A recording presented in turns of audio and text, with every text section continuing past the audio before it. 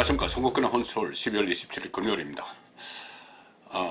제가 뭐 역대 정권에서 많이 정치부에서 취재를 해봤지만은 살아있는 권력, 특히 살아있는 권력의 임기가 반환점을 갖던 시점에 청와대와 권력과 검찰이 이렇게 정면 충돌을 사사건건 정면 충돌하는 장면은 상당히 보기 어려웠습니다. 일단 권력의 힘이 좀 빠졌을 때, 뭐 레임덕이 왔을 때, 이런 때는 검찰에서 현직 대통령에 대한 또 주변에 대한 뭐 수사를 많이 했지만은 지금처럼 반환점을 막던 시점에서 검찰이 청와대를 직접 겨냥하는 그런 일이 계속 벌어지고 있습니다. 물론 청와대발 비리 의혹들이 쏟아지고 있기 때문이죠. 지금만 해도 그렇습니다. 지금 청와대를 겨냥한 두 갈래 검찰 수사가 진행 중이죠. 하나는 조국 민정수석 당시에 유재수 감찰 무마 의혹 사건, 그리고 또 역시 조국 민정수석일 때 민정수석실 중심으로 이뤄진 울산시장 선거 개입 공작 의혹, 이 두 갈래가 지금 동시에 진행이 되고 있습니다. 자, 감찰 무마, 이것은 일단 조국에 대한 구속영장이 기각됐죠. 그래서 암초를 만났지만 오히려 청와대를 향해서 조국은 그렇다 치고 일단 영장이 기각됐다고 무죄가 된 건 아니죠. 조국은 그렇다 치고 청와대를 향해서 검찰이 더 수사폭을 확대할 수 있는 그런 또 계기도 마련했다, 이런 분석도 나오고 있습니다. 왜 그러냐면은 법원이 영장을 기각하면서 조국에 대해서 죄질이 좋지 않다, 이렇게 이야기를 했죠. 죄질이 좋지 않다. 민정수석으로서의 권한 남용, 직권 남용을 이야기하는 겁니다. 그래서 이것은 죄질이 좋지 않다, 이것은 보도자료에 난 내용인데, 보도자료와 별개로 법원이 검찰에 보낸 기각사유 원문을 보면은 어떻게 보면 이것이 죄질이 좋지 않은 이유를 좀 더 구체적으로 설명을 합니다. 이렇게 되어 있습니다. 원문에는 검찰의 기각사유 보낸 원문, 피의자가 직권을 남용하여, 조국이죠, 직권을 남용하여 유재수에 대한 감찰을 중단한 결과, 감찰을 중단했다는 거죠. 우리 사회의 근간인 법치주의를 후퇴시켰을 뿐만 아니라 국가 기능의 공정한 행사를 저해한, 이렇게 나옵니다. 그러니까는 청와대가 우리 사회의 중대한 근간인 법치주의를 후퇴시키고 청와대가 국가 기능의 공정한 행사를 저해했다는 것이죠. 그렇다면은 처벌을 해야 마땅한 겁니다. 자, 이 상황과 관련해서 일단 청와대를 향해서 조국에 대해서는, 당시 민정수석에 대해서는 구속영장은 기각됐지만은 다시 그 밑에서 실행을 한 혐의가 있는 백원우 전 민정비서관은 또 기소를 한다고 하니까 이 수사는 계속 지켜봐야 됩니다. 그리고 또 하나, 감찰 무마, 이것보다 훨씬 더 중대한 국기문란이 될 수 있는 그런 사건이 있죠. 청와대의 울산시장 선거 개입 의혹입니다. 뭐 제주지사 선거, 다른 이야기도 나오지만 일단 울산시장 선거에 초점을 맞춰서 살펴보겠습니다. 자, 청와대가 선거에 개입했다. 위선이 어디까지인지는 지금 모릅니다. 대통령인지 비서실장인지. 대통령이 일단 송철호 울산시장 출마하라고 권유를 하라고 했다니까 어쨌든 위선이 어디까지인지 모르는데, 이 청와대가 조직적으로 선거에 개입했다면 이것은 상당히 엄청난 문제입니다. 통치 정당성마저 흔들 수 있는 그런 문제죠. 이 사건은 지금 서울중앙지검 공공수사 2부에서 수사를 하고 있습니다. 송병기 울산시 경제부시장, 처음에 지방선거를 앞두고 김기현 당시 한국당 소속 울산시장에 대한 첩보를 입수를 해서 그것을 청와대 행정관에게 줘서 문무행정관이 그것을 또 가공을 해서 이 경찰로 보내서 경찰에서 하명 수사를 했다. 그 치발점이 송병기죠. 송병기 울산시 경제부시장이 그동안 5차례 검찰에 소환이 됐고, 또 자택, 집무실 압수수색을 다 하면서 상당히 중요한 물증이 하나 나왔죠. 송병기 업무수첩.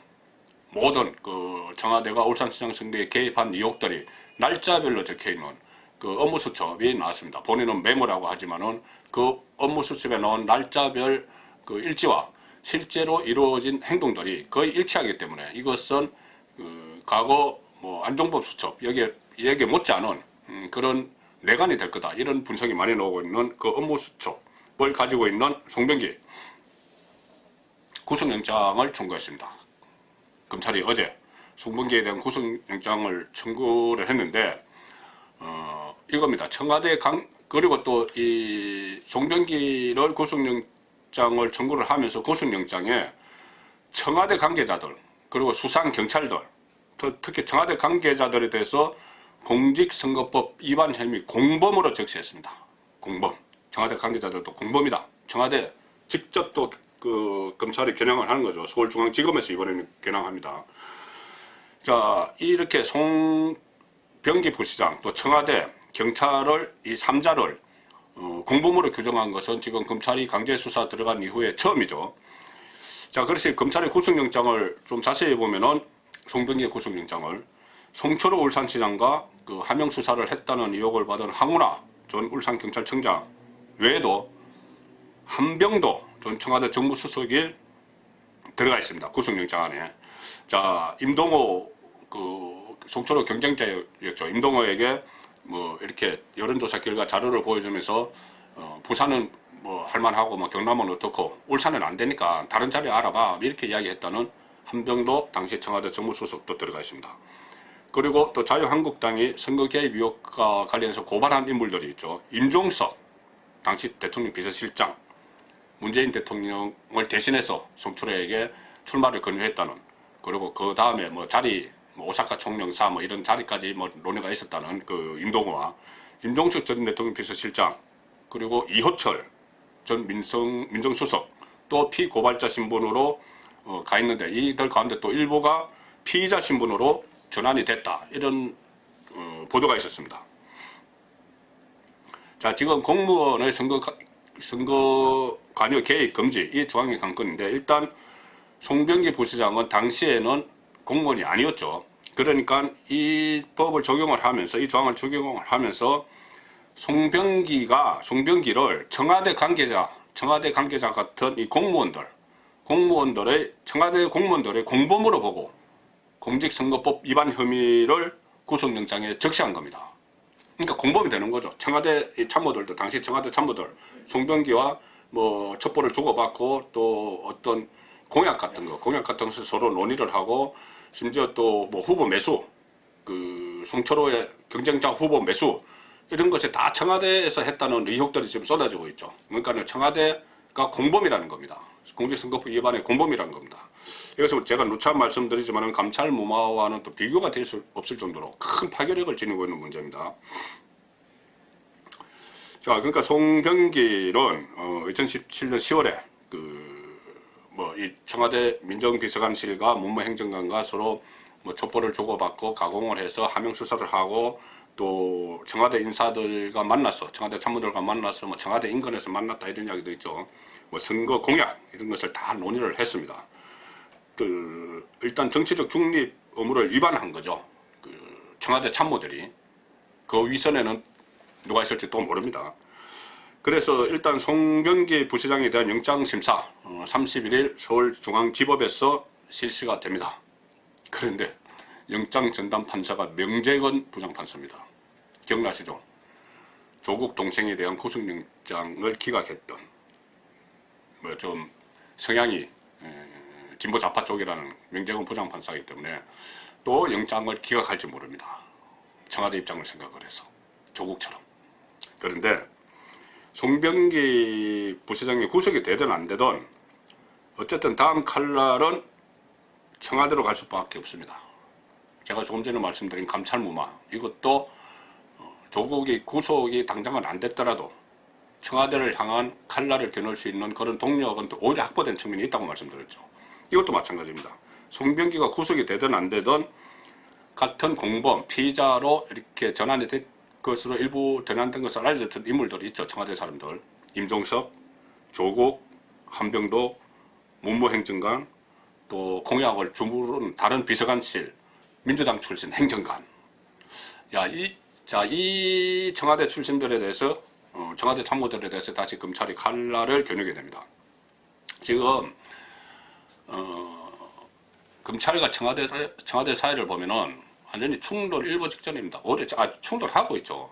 가뜩이나 지금 검찰에 대해서 뭐 검찰 개혁 이야기를 하면서 조국을 수사하는 것까지 검찰 개혁에 대한 저항이다 이렇게 하면서 뭐 뭐 집회까지 일어나고 진보좌파 집회까지도 시위도 벌이고 검찰청을 포위해서 시위도 벌이고 그런 상황이 이어졌었죠.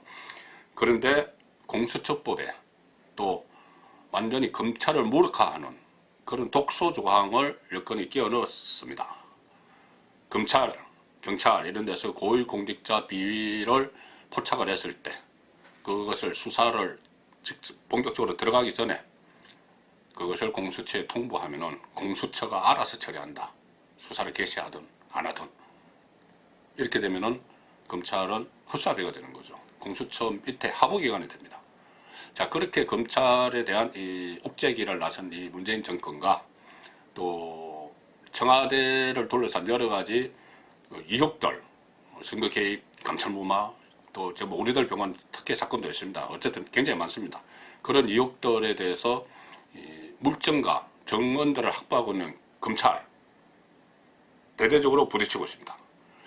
자, 이런 상황에서 저희들의 관심은 사람에 충성하지 않는다는 윤석열 검찰총장이 이끄는 검찰이 살아있는 권력, 아직 임기가 2년 이상 남은 권력의 비위 혐의에 대해서 수사의 칼날을 어디까지 들이댈 수 있을지 그 대목을 눈여겨볼 겁니다. 송근의 혼술이었습니다.